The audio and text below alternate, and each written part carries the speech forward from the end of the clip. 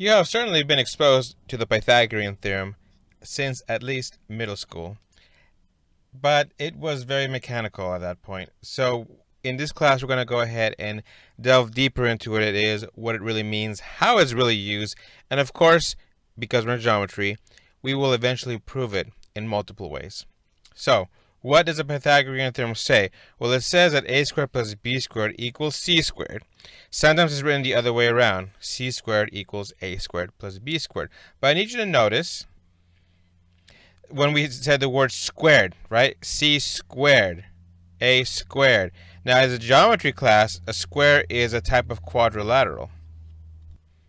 So, for example, if this is side A right here, and this is side B right here, and this is side C right here, for this right triangle.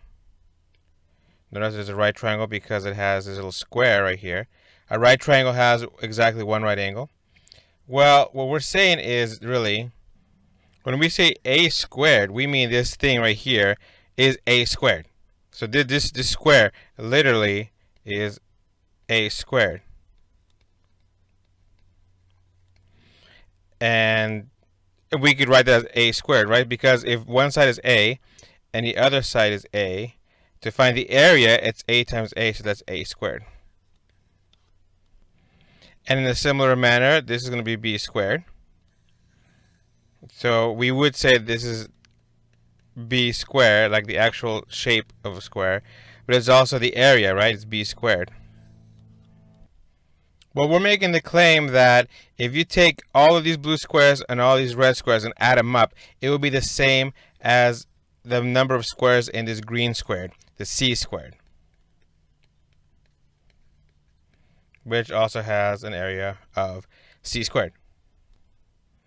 Now, for you unbelievers out there, we could count, right? I mean, this is a squared, and how many squares are there? There's a total of 9 squares. And if we look at the b squared, there's a total of 16 squares.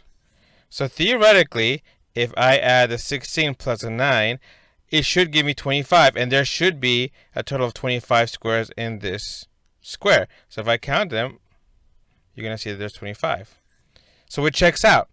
So here's the trippy thing about it. What the Pythagorean theorem is saying, hey, you can draw any triangle you want, as long as it's a right triangle. Okay, and if you were to make a square from this side, and make a square from this side, and make a square from this side, you add this square to this square, and it'll be equal to this square. Now that's all nice because it's true, but the problem is, who's really looking for areas? Who's really looking for squares? That's not the practicality of the Pythagorean theorem. The practicality of the Pythagorean theorem is that it helps us to find sides of a triangle because it's relating relationships that are found among a right triangle. So that's what the Pythagorean theorem says. That's the Pythagorean theorem. But let's talk about its real use. So I want you to go ahead and put some signs in here. There's going to be a plus, minus, and a minus. And the reality of it is, let's say I have this triangle, and this is A, B, and C. Now C is always the longer side. It's called the hypotenuse. And if you look at the right angle on the right triangle, if you just look across, that's always going to be hypotenuse. Okay, so C is going to be my hypotenuse. That always has to be the longer side. A and B, it doesn't matter as long as it's not the hypotenuse. So we said what the Pythagorean theorem was saying. Let's talk about what it really means and how it's really used. These are the 3 formulas that we're going to really use in this class, and probably in your trigonometry class and from here on out. These 3 formulas find the value of the actual side. So you're not going to see me drawing squares anymore. That was problem 1. That was middle school. This is geometry, high school, and moving on to other bigger classes and college and university. This is what we're really going to be using to find the missing sides of a triangle. So what happens is, if I want to use these formulas, I must have 2 given sides. So for example, if I'm looking for C, they better give me A and they better give me B. Now, you will see that inside that they're squared. That's interesting. But ultimately it's going to give me just an answer, a single answer that is not a square. It just gives me the actual length of that triangle side. Let's do some real problems with some real math. So first, we recognize that this is a right triangle. How do I know? Because it has a right angle. Next, we need to go ahead and identify what we've been given. So I'm going to say, just for kicks, that this is A. And I'm going to say that this is B. And this is going to be C. And how do I know it's going to be my longest side? How do I know it's my longest side? I don't know what X is going to be. Well, remember we said to look across this right angle. And that's C. So we're looking for B. The formula for B is as follows. C squared minus A squared. We plug in the numbers that we've been given. We can ignore the units. Don't forget this is a minus. We do order of operations. So that's 225 minus 169. And that's the square root of 56. Now if we put this in the calculator and we round to the nearest tenths place, this would be 7.5. And I'm going to put yards at the end because all of these have yards. So I'm not going to deal with the units during the process, but I'm going to put them at the end to be polite. If you look at your calculator, you're going to 7.48331477, and you get the idea. We're running to the nearest tenths. This is the tenths place. So this is the spot that I want to keep. If I look at this number right after it, because it's greater than or equal to 5, that means I'm going to round this up to that 7.5 that I have.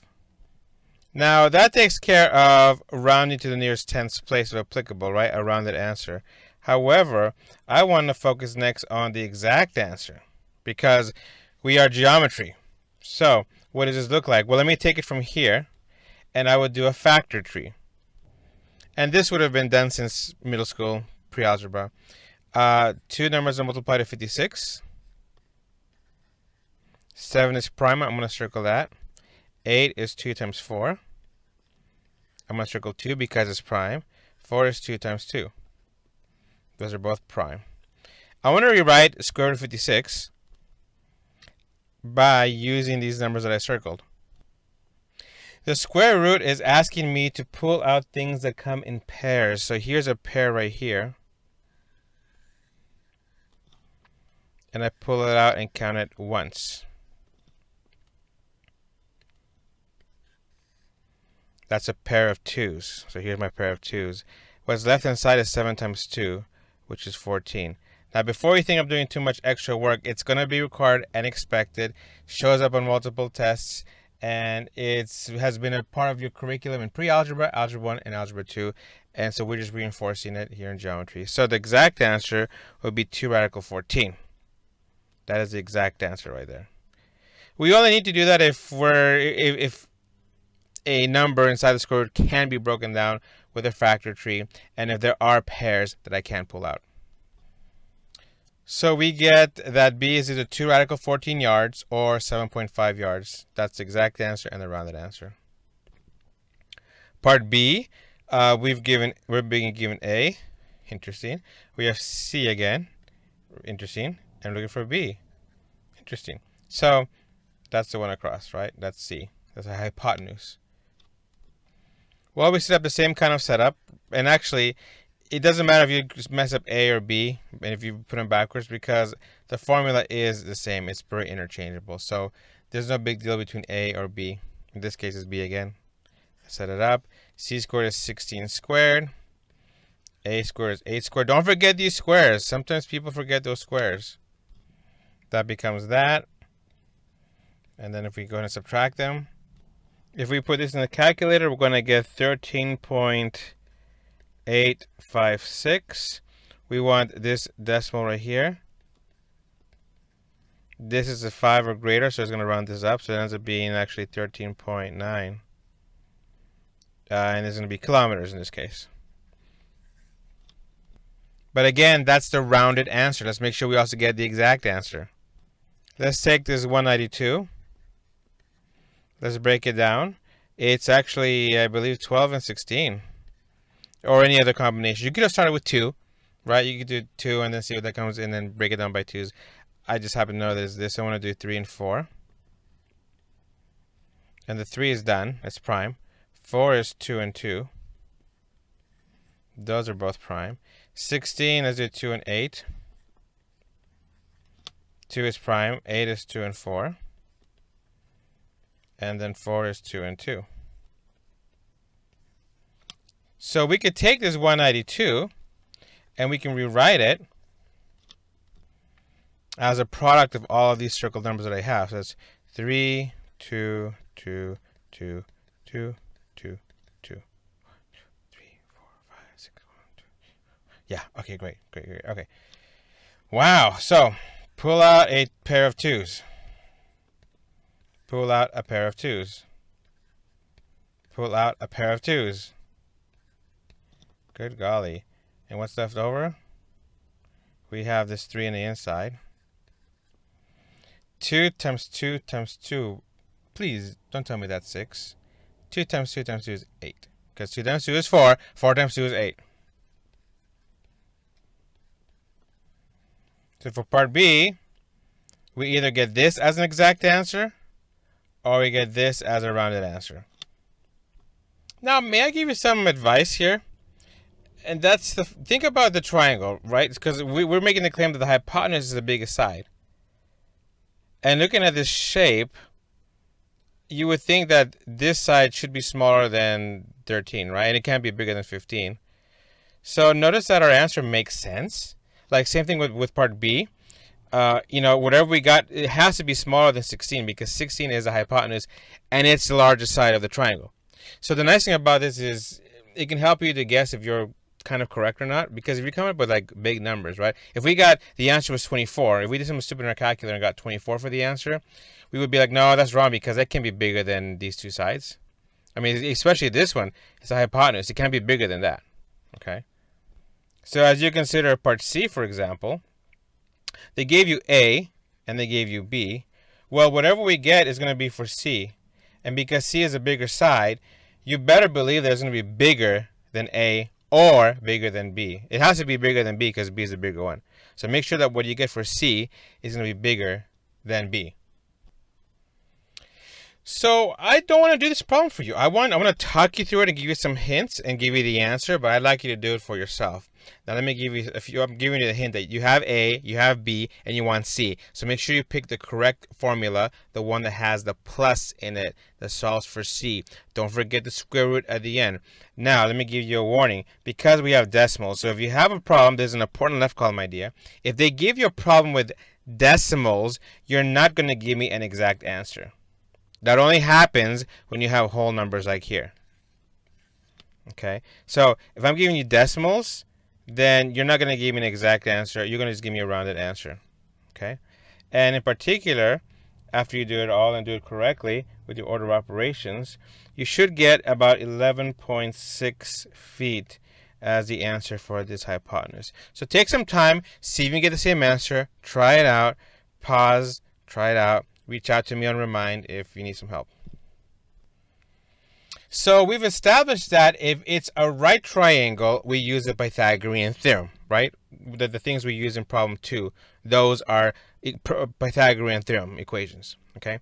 However, let's talk about it backwards. What if I know 3 sides work with the Pythagorean theorem? Well, then that means we know that it is a right triangle, and this will be pretty helpful and useful in the very near future in our next lecture video. Okay, just be aware that it goes forward and backward. If I have 3 sides, so if I have a right triangle, then I can use the Pythagorean theorem. And the opposite is if I can use the Pythagorean theorem, then it must have been a right triangle. For your summary, explain the difference between the formula in problem 1 and the formulas in problem 2. What does each give or find?